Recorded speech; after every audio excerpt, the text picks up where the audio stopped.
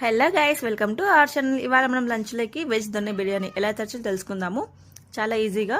ముందుగా స్టవ్ వెలిగించుకొని ప్యాన్ పెట్టుకోవాలి. అందులో 2 స్పూన్ల వరకు ఆయిల్ వేసుకోవాలి. ఆయిల్ వేగిన తర్వాత ఇందులో ఉల్లిపాయ ముక్కలు, లవంగాలు, చెక్క, మిరియాలు వేసి వేయించుకోవాలి. కావాలంటే ఇందులో మీరు పచ్చిమిరపకాయలు కూడా యాడ్ చేసుకోవచ్చు. తర్వాత ఇందులో పుదీనా, అలాగే మెంతాకు, కొత్తిమీర కూడా వేసుకొని మంట లో ఫ్లేమ్లో పెట్టుకొని వేగనివ్వాలి. ఇవన్నీ అరకప్పు వేసుకోవాలి. ఇవంతా పచ్చివాసన పోయిన తర్వాత వీటిని ఒక మిక్సర్ జార్లోకి తీసుకోవాలి. చూస్తున్నారు కదా, చల్లారిన తర్వాత మిక్సర్ జార్లోకి తీసుకోవాలి. ఇందులోనే అరకప్పు పెరుగు యాడ్ చేసుకొని పేస్ట్ చేసి పెట్టుకోవాలి. అరకప్పు పెరుగు వేసుకున్న తర్వాత పేస్ట్ చేసి పక్కన పెట్టుకున్నాం. చూస్తున్నారు కదా.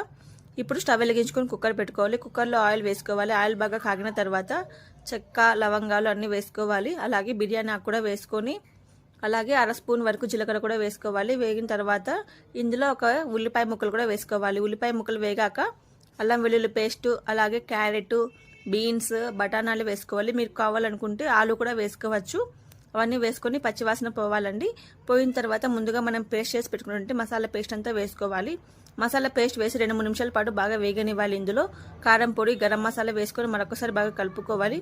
కలుపుకున్న తర్వాత కొద్దిగా పసుపు, అలాగే ఇంకొక కప్పు పెరుగు కూడా వేసుకోవాలి. వేసుకొని మరొకసారి బాగా కలుపుకొని కావాల్సినంత వాటర్ వేసుకోవాలి. ఇప్పుడు ఉప్పు కూడా యాడ్ చేసుకోవాలి. ముందుగా మనం పెట్టుకున్నటువంటి బియ్యం అంతా వేసుకోవాలి.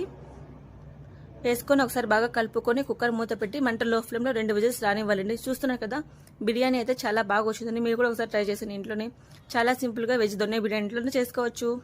మీకు ఈ వీడియో నచ్చినట్లయితే వెంటనే సబ్స్క్రైబ్ చేసుకోండి.